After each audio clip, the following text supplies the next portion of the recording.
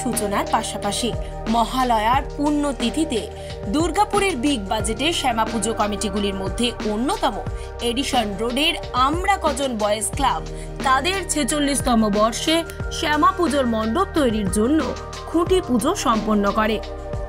এদিন ক্লাবের শ্যামা পুজোর খুঁটি পুজো উপলক্ষে ক্লাব সদস্যরা জানান, এবার তাদের শ্যামা পুজো 46তম বর্ষে পদার্পণ করল।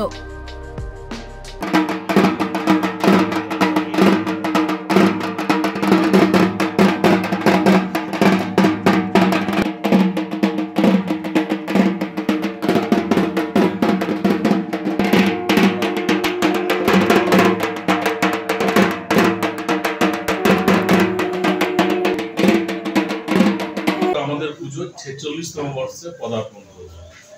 প্রত্যেক বছরের মতন এই বছরও প্যান্ডেলে আমাদের চমক থাকবে, লাইটেও চমক থাকবে এবং 4 দিন সাংস্কৃতিক অনুষ্ঠান হবে।